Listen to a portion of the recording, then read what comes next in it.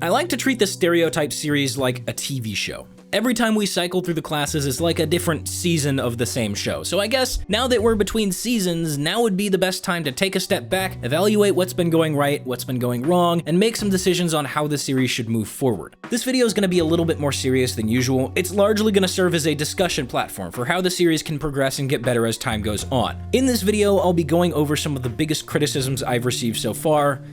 Well, actual criticisms. As is the nature of the internet, most criticism I've received has really just been a very flimsy excuse that people use to be toxic. But there has still been quite a bit of legitimate criticism, and that's what I'm hoping to address with this video. Feel free to add your own thoughts in the comments if you'd like, and also feel free to discuss those with others. The only rule I have is don't be an asshole. Follow that one rule and you should be fine. I'll also be talking about the future of the Stereotypes series towards the end of the video, and before you go and get all scared that I'm gonna quit, don't. I'm not quitting the series, at least not anytime soon, but it is something that at least needs to be talked about. So, let's go ahead and get started. One of the biggest criticisms that I get is about the disclaimer. People will say that it's a waste of time. They'll say, yeah, we get it, stereotypes don't apply to everyone, blah, blah, blah, this is a waste of time and you're only doing it to pad the runtime of the video. Get rid of it, or something to that effect. Unfortunately, so far I've had to include the disclaimer in all of my videos, and I know that sounds like I'm trying to dodge the criticism, but just bear with me. It'll make way more sense when you realize that the second big criticism that I get is almost the exact opposite. Another group of people will say something like, people take your videos too seriously, the disclaimer isn't good enough, and because people take your word as gospel, the series is hurting the TF2 community as a whole. So you can see how we're in a bit of a difficult situation. I've seen these two criticisms about equally, and there's no clear side that I should take. But I do have a plan. My two big takeaways from these criticisms is that I need to A, not waste as much time in the intro of the video, and B, still have a proper disclaimer so that people don't take it as seriously. So here's what I'm thinking of doing. I'm gonna have a fully fledged disclaimer that explains everything about the series, what it is, what it aims to do, and why you shouldn't take it seriously. But instead of putting it in the intro every single time, I'll make an unlisted video that I put in the description of every video going forward. I'll also mention that the disclaimer exists in future intros, but I won't go in depth like I previously did. So, this way, if you're in camp number 1, I'm not wasting as much time, and if you're in camp number 2, there is now a fully fledged disclaimer that explains it more clearly than it would if I just rushed through it at the beginning of every video. Plus, if you come across someone taking my word as law, which again is really stupid, you now have a video that you can refer them to rather than just saying it's at the beginning of every video. I'm thinking that this will help with both complaints, and while it might not solve everything, it's at least a step in the right direction. Oh, and also another thing that I'm planning on doing to help with this is that I'm going to look for the more weird stereotypes, the ones that are a little bit more out there. Part of the reason that I think Stereotypes did so well is that it's often painfully true, which requires kind of an accurate description of the people who use a certain weapon or a certain hat. And I feel like I've drifted too far towards the accurate part since weapon stereotypes started, and that by extension has caused people to take the stereotypes being presented more seriously. So by making the series a bit weirder, it'll be more obvious that you shouldn't take it seriously. It'll be more obviously Actually, no, I don't want to call it satire because I think that's a ridiculously overused word these days. I'm of the opinion that these days people just use satire as a shield to be an obnoxious asshole and get away with it. Hell, I'm not even sure that this series fits the definition of satire, even parody, really. Regardless, you're definitely not supposed to take it seriously, and me doing this will make that more obvious. I'm not gonna get super weird. Like I said, a big selling point of the series is the painful truth or whatever, and I want to keep it that way. I'm just gonna make it a little weirder. Okay, so another big criticism that I get is about the video editing. Yeah, I know it sucks. I've always been a sound guy, hence the name, and I've never been too good at visual stuff. That said, it's certainly something that I've been working on. I am largely limited right now by my software. I use Sony Movie Studio, which is kind of like Discount Vegas. I always explain it to people like this. You know that one little brother that just idolizes his big brother and tries to do everything that he can, but every time he tries, he just massively screws it up and makes things worse? Yeah?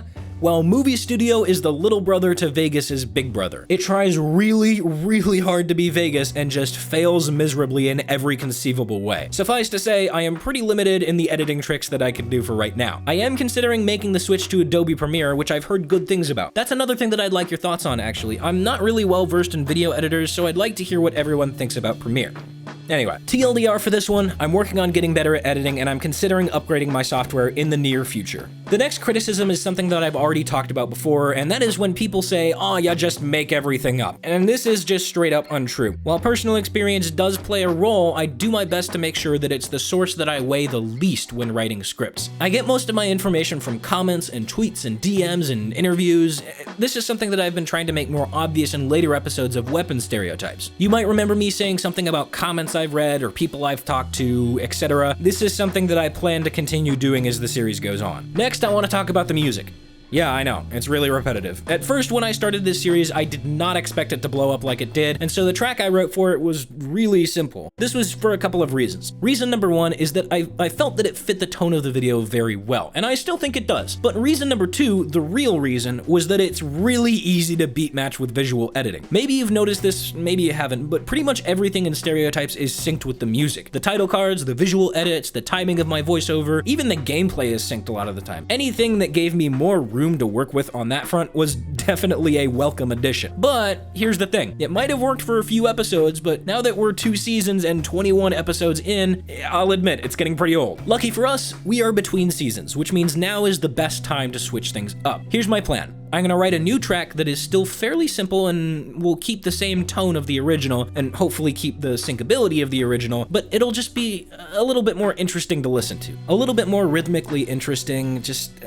maybe I'll put in more than one instrument this time. The last criticism that I want to address is something that I've actually been called out on before. That whole thing has passed and the person doing the calling has since deleted their video, so I won't name any names for the sake of privacy. And while the video itself was pretty poorly thought out and the section where I was criticized didn't really do all that much for their overall point, they did bring up an interesting point that has been mentioned to me before, and that is that the series as a whole is just too repetitive. This is something that I agree with and disagree with at the same time. See, like I said, Stereotypes is a series. By nature, the format is supposed to be consistent. However, the content within that format did get pretty repetitive, especially towards the end of Hat Stereotypes. And this is for a couple of reasons. Reason number one is that there was no gameplay. All I would show was footage of a character wearing a hat and taunting in a weird place. And while that worked for what I was talking about, it didn't really do all that much for the person watching the video. This is something that I've worked on as the series progressed. In Weapon Stereotypes, there was gameplay that gave the viewer something to look at while I talked about stereotypes. I feel like that helped a lot. This is something that I'm definitely gonna keep going forward. But here's the thing, cosmetics aren't visible from a first-person perspective. So for misc stereotypes, we're gonna have to do something a little bit different. My plan is to have a green-screened SFM render of a character wearing the cosmetic I'm talking about, just up in the corner or something. This way, the viewer still has gameplay to watch, but if you're ever confused on which cosmetic I'm talking about, say you skip ahead in the video for whatever reason and you didn't see the title card or something like that, well, now you have an instant point of reference to look at and you can just be like, oh,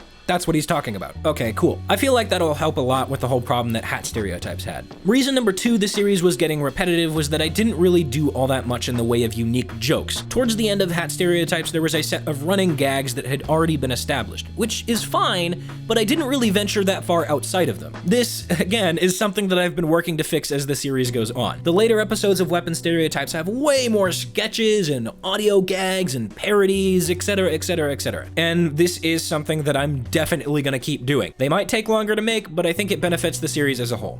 So yeah. Now the last thing that I want to talk about is the future of Stereotypes. This is something that I've been thinking about for a while, and I want to bring it up pretty early on. Like I've said numerous times before, I treat Stereotypes like a TV show with regard to its format, and all TV shows have a certain shelf life. I bet you can think of a bunch of shows that you used to like really early on, but have since overstayed their welcome and gotten worse and worse as time goes on. When you scrape the bottom of the metaphorical content barrel, it shows. I'm well aware that continuing Stereotypes indefinitely will cause me to scrape the bottom of that barrel, and that's a path that I do not want to go down. You know, with ideas like Hat Stereotypes and Weapon Stereotypes and misc stereotypes, sure, those make sense. I mean, hell, there are a few pretty well-known map stereotypes. You know, high tower players have objectophobia, process players are all roamer soldiers. Like, I bet I could make a mini season on that, and I bet by that point we'd have enough new hats to make a second Hat Stereotype. So you can see how there's still quite a ways to go. But here's the thing, I have people suggesting things like paint stereotypes and unusual effect stereotypes and,